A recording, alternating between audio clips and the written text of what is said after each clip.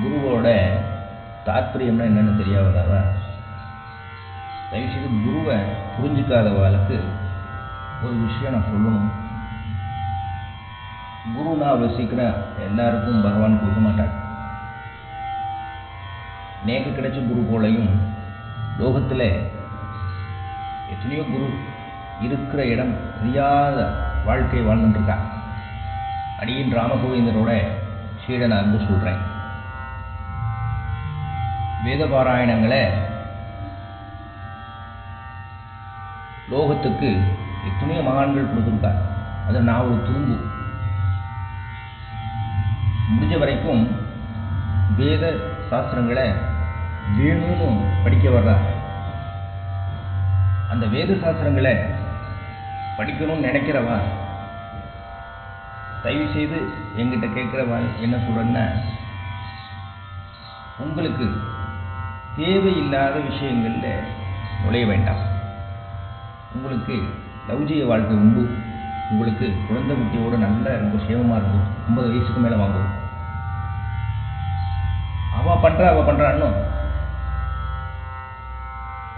என்ன எனக்கு எல்லாமே சொல்லிக் கொடுங்க சுவாமின்னு கேட்குறது.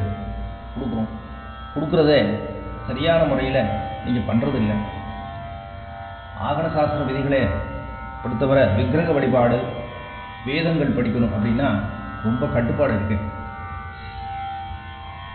இதெல்லாம் செய்யாமல் வேதங்களை கொச்சப்படுத்துகிற மாதிரி வாங்கிட்டு சரியா உபாசனம் பண்ணாமல் சரியா பாராயணம் பண்ணாமல் இருந்தால் எங்களுக்கு தோஷம் பிடிக்கும்.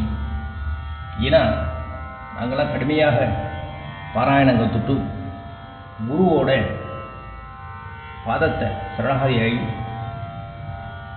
பரிபூர்ணமாக ஸ்ரீ மகாபரியவாவோட பாதம் தொட்டு பணிஞ்சு கேட்குறேன். வேதம் என்பது ஒரு பொக்கிஷம். அதை எல்லாரும்